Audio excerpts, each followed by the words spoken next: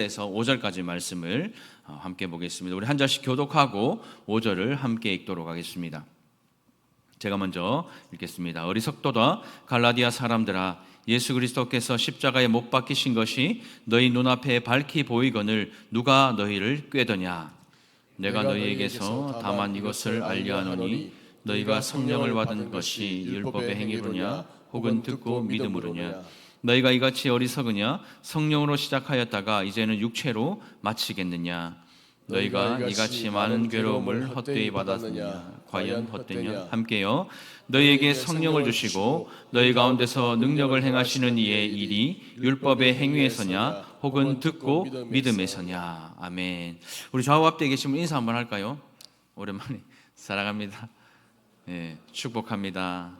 예, 기도합니다. 예. 우리 몇 달을 이거 했는데 아직도 못 하시는 분들이 있더라고요. 그래서 사랑합니다, 축복합니다, 기도합니다. 열심히 우리 잘 섬기고 또 잘 인사하면서 사랑을 나누는 교회 되기를 소망합니다. 갈라디아서 전체의 핵심 구절이 2장 16절이다라고 말씀을 한번 드렸는데요. 우리 시간에 한 번 더 같이 한번 읽어보겠습니다. 우리 갈라디아서 2장 16절 시작. 사람이 의롭게 되는 것은 율법의 행위로 말미암음이 아니요 오직 예수 그리스도를 믿음으로 말미암는 줄 알므로 우리도 그리스도 예수를 믿나니 이는 우리가 율법의 행위로서가 아니고 그리스도를 믿음으로써 의롭다 함을 얻으려 함이라. 율법의 행위로서는 의롭다 함을 얻을 육체가 없느니라. 아멘. 사람이 의롭게 되는 것은 율법의 행위가 아니라라고 이렇게 말합니다. 의롭다라는 말을 쉽게 말하면 하나님과 바른 관계 안으로 들어간다라는 뜻입니다. 그리스도 예수 안으로 들어간다라는 뜻입니다. 그렇다면 우리가 하나님과 바른 관계로 들어가서 마음껏 누리는 그 방법이 무엇일까? 그것을 우리가 잘 알아야 됩니다. 일단 율법의 행위로는 안 된다고 성경은 말합니다. 유대인으로 태어난다고 가능한 것이 아니라고 성경은 말하고 있고, 할례를 받아서 이방인에서 유대인이 된다고 가능한 것도 아니다라고 말합니다. 율법을 잘 알고 잘 순종해서 하나님의 마음에 들거나 하는 그런 방법으로도 가능하지 않다라고 성경은 말씀합니다.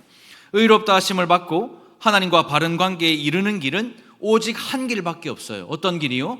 예수 그리스도를 믿는 그 길 외에는 다른 어떤 길도 없습니다. 중보자 되시는 예수 그리스도가 아니고는 누구도 하나님과 바른 관계를 맺을 수가 없다라는 것입니다. 예수 믿는 자 외에는 아무도 그 은혜 안으로 들어갈 자가 없다라는 거예요. 무엇보다 율법의 행위로서 의롭다함을 얻을 육체가 없다라는 것입니다. 우리 한 번 더 읽어볼까요? 율법의 행위로서는 의롭다함을 얻을 육체가 없느니라. 율법의 어떤 행위로서는 의롭다함을 얻을 육체는 없습니다. 오직 의롭다, 그 그리스도 예수와 그 안으로 들어가고 하나님의 은혜 안으로 들어갈 수 있는 유일한 방법과 그 길은 오직 예수 그리스도밖에 없다라는 사실을 우리는 기억해야 됩니다. 율법을 행함으로 자격과 조건을 갖춰서 하나님을 만족시킬 사람은 아무도 없고, 또 그렇게 해서 하나님의 안으로 들어갈 수 있는 사람은 아무도 없다라고 성경은 말씀합니다. 마치 이것과 비슷한 것 같아요. 우리 남자들은 군대 제대할 때쯤 되면 마음에 똑같은 생각을 해요. 진짜 똑같은 생각, 하나같이 똑같은 생각. 어떤 생각이에요? 내가 나가기만 하면 뭐래요? 사회 나가면 못할 게 있다 없다. 다 한 번씩 해봤잖아요. 이렇게 고생을 했는데 내가 사회 나가면 못할 게 아무것이 없다, 이렇게 딱 나가요. 근데 막상 딱 나가는 그 다음 날부터 할 수 있는 게 많이 없어요. 여전히 할 수 있는 것보다 못하는 것이 훨씬 많습니다. 부부간에도 그런 것 같아요. 아내와 남편으로서 우리가 제대로 사랑하려고 결심하고 또 결혼을 합니다. 그런데 살면서 대부분 실패를 경험하죠. 왜요? 사람이 사람을 만족시킬 수 있다 없다? 있다 없다? 뭐 없으니까요. 그렇죠. 미국에서 이 키워드가 유행을 했답니다. 수면 이혼이라고 들어보셨어요? 미국의 월스트리트지에서 보니까 수면 이혼이라는 게 상당히 뜬다고 해요. 이름이 생소하죠. 수면 이혼.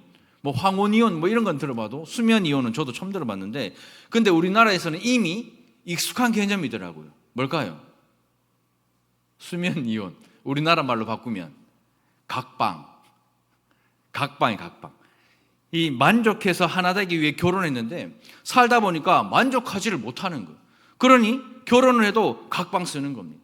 또한 하나님께서 우리에게 선물로 주신 자녀들, 우리가 잘 양육하려고 얼마나 결심합니까? 그래서 노래에 보면 진자리, 마른 자리, 가라니고 손발이 다닳도록 고생도 아니고 고생하는데, 그렇게 하는데 이놈의 자식들은 하나같이 뭐 자기만 알아요.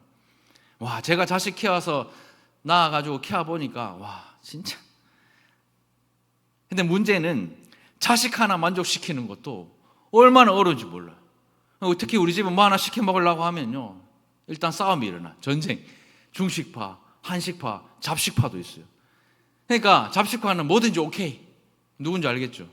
말 안 해서 뭐든지 오케이. 근데요, 이제 그 다음 한식파와 중식파가 싸웁니다. 그럼 어떻게? 다 시키면 배달료만 12,000원인데 그러면요, 이 정도 아빠가 이야기하고 눈치 주고 엄마가 뭐 이야기하면 되잖아요. 그런데 애들은요, 어머님은 짜장면이 싫다고 하셨다고 무조건 한식이래. 이런 거 보면 사람 하나 만족시키지 못하는 우리의 인생이 어떻게 하나님을 만족시킬 수가 있겠습니까? 그래서 아무도 육체로 또는 자신의 힘으로 하나님 앞에 의롭다함을 얻을 자가 없다라고 성경은 말하고 있습니다. 하나님과 바른 관계를 맺는 길, 또 하나님을 만족시킬 수 있는 길은, 유일한 길은 예수를 믿는 것 외에는 없다라는 것을 우리가 분명히 기억하고 믿어야 됩니다. 그런데 지금 이 갈라디아 지역 교회에 이런 일이 일어납니다. 3장 1절입니다. 어리석도다 갈라디아 사람들아, 예수 그리스도께서 십자가에 못 박히신 것이 너희 눈앞에 밝히 보이거늘 누가 너희를 꾀더냐. 지금 이 갈라디아 교회에 이런 일이 일어난 거예요. 예수께서 십자가에 못 박히신 것이 너희 눈앞에 밝히 보인다라고 이렇게 말합니다. 이 말은 갈라디아 지역 사람들, 그 교회 사람들 눈앞에서 진짜 구주 되신 예수가 십자가에 달려 돌아가셨다라는 뜻이 아니라, 바울이 그 갈라디아 지역 성도들에게 복음을 전할 때에 마치 예수 그리스도가 이 갈라디아 지역의 그 성도들의 눈앞에서 십자가에 달려 돌아가신 것처럼 그 복음이 생생하게 들려지고 생생하게 보여졌고 생생하게 전달되었다라는 것을 사도 바울이 보았다라는 것입니다. 사도 바울만 본 것이 아니라 바울이 전한 복음을 들은 그 이 갈라디아 성도들도 감동적으로 복음을 듣기만 했는데 눈앞에 예수가 생생하게 보이는 것처럼 그 십자가의 복음을 받아들이고 행복했다라는 거예요. 그런데 이 갈라디아 성도들은 어리석게도 거짓 교사들의 가르침에 넘어가서 이 사도 바울이 사랑하는 이 갈라디아 지역 교회에 있는 성도들에게 어리석다, 어리석은 자들아, 이렇게 이야기를 하고 있는 거죠. 메시지 성경으로 3장 1절을 보면요, 조금 더 와닿는데 한번 우리 같이 읽어보겠습니다. 시작. 정신 나간 갈라디아 사람들이여, 누가 여러분들을 홀렸습니까? 여러분은 분별력을 잃었습니까? 십자가에 달리신 예수를 삶의 중심에 놓지 않고 있음이 분명하니 여러분은 제정신이 아닌 것이 틀림없습니다. 십자가에 달리신 그분의 모습이 여러분의 눈에 선할 텐데 어찌 그럴 수 있습니까? 십자가에 달리신 예수를 우리 삶의 중심에 놓지 않는 모든 삶은 다른 복음을 따르는 삶이다라고 사도 바울은 이야기합니다. 그 삶은 그냥 온정신, 바른정신으로 살 수 있는 삶이 아니라 제정신이 아닌 삶을 살고 있다라는 거예요. 인간이 스스로의 방식으로 하나님을 만족시킬 수 있었다면 예수는 십자가에 달려 죽을 이유가, 그럴 필요가 없었을 것입니다. 그것이 분명한데도 이 갈라디아 성도들은 할례를 받아야 된다, 율법을 준수해야 된다, 어떤 육신의 행위를 위해 그렇게 행위를 해서 구원받는 그 다른 복음을 듣고 믿게 된 거예요. 예수님께서 십자가에 달려 죽으신 단 한 번의 그 완전한 제사가 우리의 모든 죄를 씻었고 하나님과 불목을 화목으로 바꾸셨습니다. 믿으십니까? 믿으십니까? 그러므로 우리는 구원에 그 어떠한 것도 더하거나 추가할 필요가 없는 거예요. 이 사실을 온전히 믿지 못하는 성도들은 나의 행위, 나의 율법의 어떤 것들을 통해서 더 하려고 하는 거예요. 가톨릭처럼 돈 주고 면죄부 살 필요가 없는 거예요. 불교처럼 돈 주고 기와장을 쌓거나 길거리에 등달 필요가 없는 거예요. 이슬람처럼 하루 5번 정한 시간에 엎드려서 기도하지 않아도 되는 겁니다. 주님의 완전한 이 대속의 은혜에 다른 무엇을 더하려고 하는 것이 다른 복음인 거예요. 더구나 교회 안에 있는 우리는 더 말할 것도 없습니다. 그런데도 예수 믿는 것에 다른 무엇을 더하려고 한다면 분별력을 잃은 정신 나간 자들이 되는 거예요. 우리가요, 이런 고백 많이 하죠. 모든 것이 하나님의 뭐다? 모든 것이 하나님의 뭐다? 뜻이다. 나는 은혜다. 이렇게 말하기를 원했는데 모든 것이 하나님의 뭐죠? 은혜죠. 그래서 우리가 뭐 결혼을 하든 장례를 하든 뭐 삶을 살든 신앙생활을 하든 모든 것이 하나님의 뭐라 그래요? 은혜라고 합니다. 그런데 나를 안 알아주면, 그런데 내가 했는 것 인정 안 해주면, 그런데 내가 하고 있는 것 칭찬 안 해주면 마음이 어때요? 어떻습니까? 어때요? 좋아요? 행복해요? 그렇지 않아요.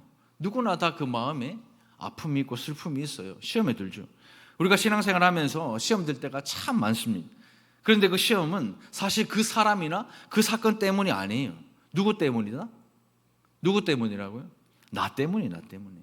예수님의 완전한 대속의 은혜에 내가 무엇을 더 하려고 하는 거예요. 그래서 모든 것이 하나님의 은혜라고 말해놓고 나의 열심과 나의 열정과 나의 정성을 인정해 주지 않으면 시험 드는 거예요. 내 힘, 내 돈, 내 시간이라 생각하면 시험에 드는 거예요. 사람의 인정을 더하려고 하고 사람의 칭찬을 더하려고 하면 시험에 드는 거예요. 저도 이런 경험이 있습니다. 담임 목사가 돼서 성도들에게 따뜻한 밥 지어 먹어야 되잖아요. 영양가 있는 설교를 잘 준비해서 전해야 되잖아요. 설교에 대한 열등감을 느낄 때가 참 많습니다. 모든 설교자가 동일한 마음일 거예요. 군뱅이도 구르는 재주가 있다고 했는데 그저 나에겐 구르는 재주만 주신 것 같아가지고 불평하고 불만 가질 때가 저는 없었겠습니까? 매주마다 주일 설교 한 편 이거 준비하는 게 얼마나 힘들고 어려운지 모르죠. 많은 성도들은 잘 모르는 사람들은 뭐 앉아가지고 책만 읽고 앉아가지고 설교 묻히는 게 뭐가 어렵냐 싶죠. 해보세요.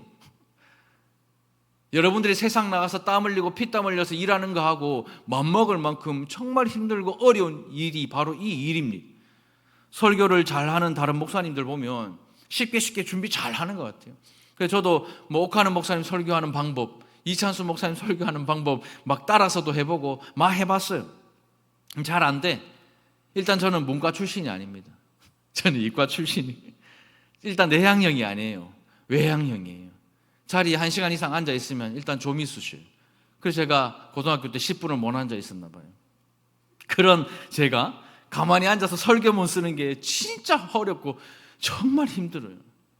그래서 얼마 전에 스트레스가 얼마나 심했는지 설교문 치다가 왼쪽 눈알이 내 의지와 상관없이 막 돌아가는 거예요. 너무 놀랐고 제 인생에서 첫 경험을 내 의지와 상관없이 눈알이 막 돌아가는데 정말 사람이 이래서 죽는구나. 그러면서 그날 저녁에 막 몸에 두드러기가 나는데 너무 힘든 거예요. 그런데 제가 깨달았습니다. 비교하는 순간 더 마음에 낙심이 되고 공고해진다.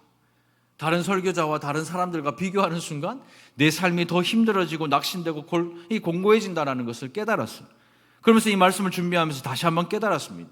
십자가에 달리신 예수님의 완전한 대속을 내가 받았는데 내게만 주신 것이 아니라 우리 모두에게 주셨는데 나는 다른 사람과 비교해가며 또 우리와 비교해가며 스스로 자괴감에 빠졌던 거예요. 더 좋은 말씀을 준비하고 싶고 더 영양가 있는 설교를 준비하고 싶고 더 지식적이고 더 성경적인 설교를 준비해서 전하고 싶어서 다른 설교자와 비교했던 그 시간이 얼마나 분별력 없고 정신 나간 일이었는지를 깨닫게 되었습니다. 그리고 오늘 말씀을 준비하면서 더 확실한 깨달음이 있었는데 뭐냐면 비교할 필요가 없는 거예요. 비교하지 않아도 진실되게 하나님 앞에 말씀을 묵상하고 연구하고 우리가 준비한다면 은혜는 이 원고에서 나오는 것이 아니라 십자가에 달리신 예수 그리스도에게서 이 은혜가 나오는 거예요. 그리고 이 은혜를 성령 하나님께서 우리에게 적용시켜 주시는 것입니다. 그래서요, 그 조급한 마음, 그걸 조금 내려놓을 수 있었습니다. 그리고 매 주일마다, 매 예배마다 이 설교자 입술을 통해 선포되는 이 하나님의 말씀에 은혜를 받을 수밖에 없는 이유를 알았어요. 그 이유를 오늘 한 가지만 함께 나누겠습니다.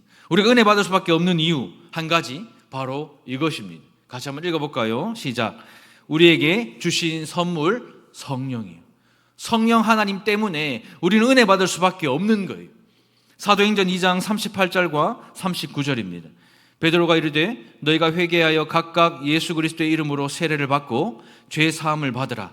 그리하면 성령의 선물을 받으리니 이 약속은 너희와 너희 자녀와 모든 먼데 사람 곧 주 우리 하나님이 얼마든지 부르시는 자들에게 하신 것이라 하고, 성령을 선물로 받을 것이다 라는 그 약속은요, 그 자리에 있던 자들에게만 주신 것이 아니라 먼데 있는 사람들, 즉 시간적, 공간적으로 먼 곳에 떨어져 있는 그 사람들일지라도 회개하고 예수를 믿는 성도라면 누구든지 그 성령을 선물로 받는다라는 것입니다. 마가의 다락방에 있었던 그들뿐만이 아니라 지금 이 한국 땅에 있는 우리도요, 회개하고 예수를 믿으면 누구든지 성령을 선물로 주신다라는 것입니다. 예수를 믿을 때 우리에게 중요한 일이 일어나요. 현대의 많은 성도들은 예수를 믿는 것이 그냥 입으로 믿는다고 시인만 하면 된다, 그렇게 생각합니다. 그런데 그런 성도들의 그 삶을 보면 그 내용이요, 그 결핍되어 있는 그 삶이 정말 많습니다. 그러니까 예수를 믿는다고 하는데 실체가 없는 거예요. 어떻게 예수를 믿습니까? 제가 강단에서 요즘 자주 이야기하는 거, 나는 예수 믿는 사람입니다, 이렇게 말하려고 하니까 그 삶에 실체가 없는 거예요. 예수 믿는 사람이면 양보할 줄도 알아야 되고, 예수 믿는 사람이면 손해볼 줄도 알아야 되고, 예수 믿는 사람이면 나는 안 먹어도 이 사람은 먹을 수 있어야 되는 그 삶을 살아야 되는데, 막상 내가 나는 예수 믿는 사람입니다 이렇게 말하려니 삶에 실체가 없는 거예요.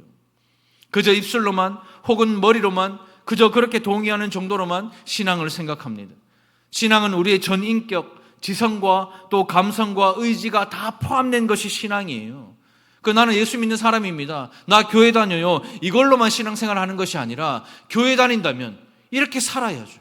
교회 다닌다면 예수님처럼 살아야죠. 그런데 우리의 삶에 실체가 없는 거예요. 여러분들도 신앙생활 하고 있잖아요.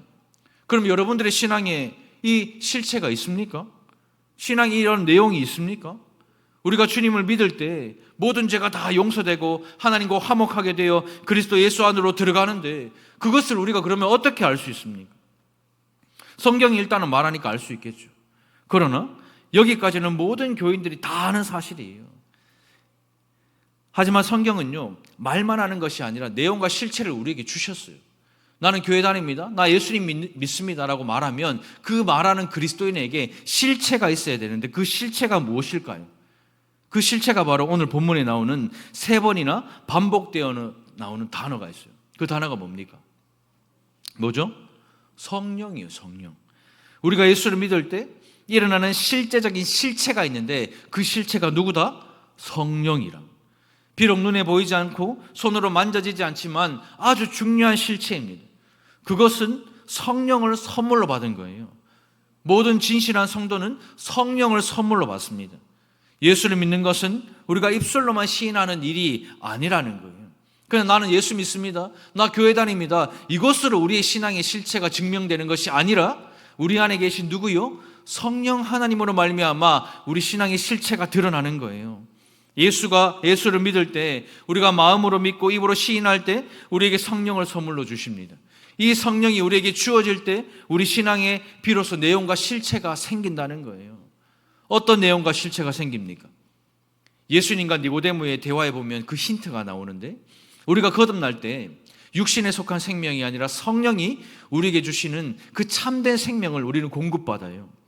그 성령이 우리 안에 오셔서 우리가 하나님을 무엇으로 부른다? 아바, 아버지라고 부르는 거예요. 그래서 우리는 성령을 양자의 영이라고 부르기도 합니다. 우리가 아버지라는 것은 그저 형식적으로 부르는 그런 호칭 아니에요. 습관적으로 부르는 호칭이 아닙니다. 성령이 우리 안에 계시다는 증거가 바로 우리 입술로 고백되어지는 아버지라는 것입니다. 하나님이 우리의 참 아버지가 되심을 성령이 증거하고 믿게 하시기 때문에 우리가 그분을 무엇이라 부른다고요? 아버지라고 부르는 거예요. 우리에게 주신 선물인 성령께서 우리 안에 임재해 계시기 때문에 우리는 영적인 양식인 하나님의 말씀에 목말라 하는 거예요. 그래서 이 목사의 원고에서 은혜가 나오는 것이 아니라 우리 안에 있는 성령께서 이 말씀을 우리에게 적용해 주실 때에 우리가 은혜를 받는 거예요. 우리에게 주신 선물인 성령께서 우리 안에 임재해 계시기 때문에 우리는 살아계신 하나님에 대한 갈망으로 골방에서 하나님을 만나고 싶어지는 거예요. 하루의 첫 시간, 정한 공간에서 정한 시간에 하나님과 만나고 싶어 몸부림치는 것이 은혜입니다. 우리에게 주신 선물인 성령께서 우리 안에 임재해 계시기 때문에 우리는 예배할 때 형식적으로 예배하지 않는 거예요. 순서를 따라 마지막 축도까지 우리 속에 살아있는 영, 그 성령의 도우심을 따라 살아계신 하나님을 예배하고 영광을 올려드리는 것, 그것이 바로 은혜입니다. 그러니 모든 것이 하나님의 은혜라고 말한다는 것은요, 우리가 우리 안에 성령 하나님께서 임재해 계신다는 것을 증명해 보이는 것입니다. 모든 설교자가 똑같지만 저에게도 진짜 한 꿈이 있어요. 오늘 찬양했던 이 찬양을 제가 한 달 전에 우리 김상문 집사님께 부탁을 드렸습니다. 우리 모든 성도들이 동일한 마음으로 고백하는 예배가 되었으면 좋겠어요. 예배를 드리는 우리 모두가 정말 살아서 역사하시는, 우리 가운데 임재하시는, 우리의 예배를 받으시는 그 하나님을 성령 안에서 확인하고 누리는 그런 예배를 드리는 것이 저의 꿈입니다. 예배당에 와서 피곤한 육신 이끌고 와서 그것 그냥 거기에 만족하고 감사하는 것이 아니라 모든 성도가 정말 내 안에 있는 성령 하나님의 실체를 확인하고 살아계신 하나님께 예배하고 중보자 되시는 예수 그리스도 이름으로 선포하고 찬양하며 기도하며 뜨겁게 예배하는 것을 저는 원해요.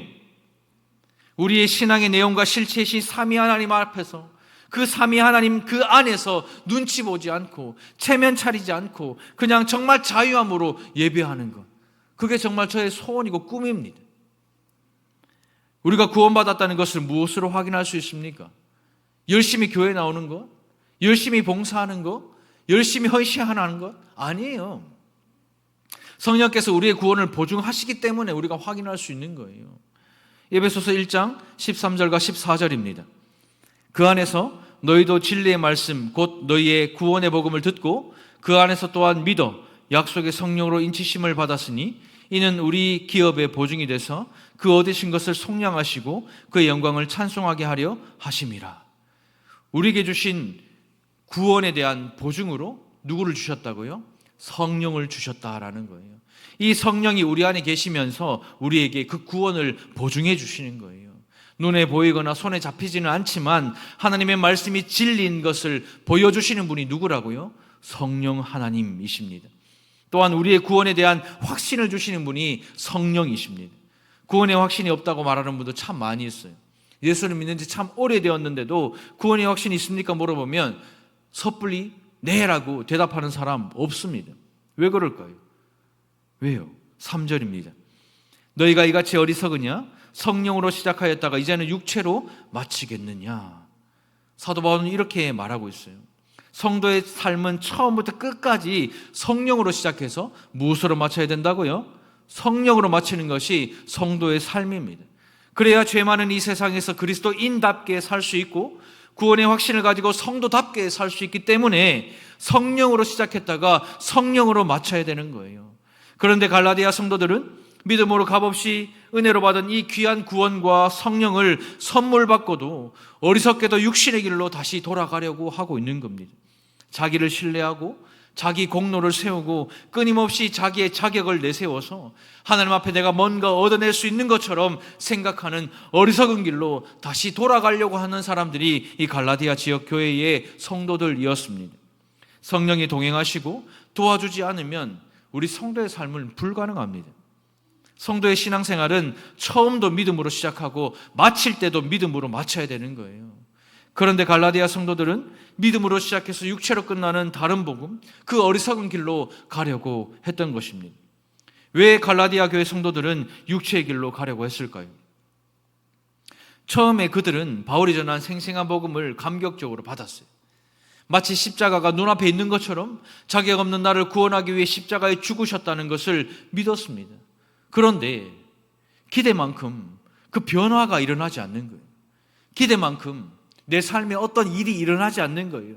예수를 믿으면 금방 부자 될 줄 알았는데, 예수 믿으면 병도 빨리 나을 줄 알았는데, 예수를 믿으면 하는 일마다 다 잘 될 줄 알았는데 아니거든요. 여러분들의 신앙생활은 어떻습니까? 우리가 대부분 예수 믿을 때 어떻게 믿냐면 집에 우환이 있거나 몸에 병이 있거나 어려운 일을 겪을 때 예수 믿는 확률이 커요. 힘들고 어려울 때 교회 가서 말씀 한번 들어보자, 내 너를 위해서 기도한다, 이렇게 하면요 힘들고 어려운 것 때문에 교회를 찾아와요. 그리고 이 교회에서 예수를 믿죠. 그런데 대부분의 많은 성도들이 어떤 생각을 하냐면 예수 믿으면 금방 내 어려움이 해결되고, 예수 믿으면 금방 부자도 되고, 예수 믿으면 병도 빨리 낫고, 예수 믿으면 내 하는 일마다 다 잘 될 줄 알았는데 아니거든요.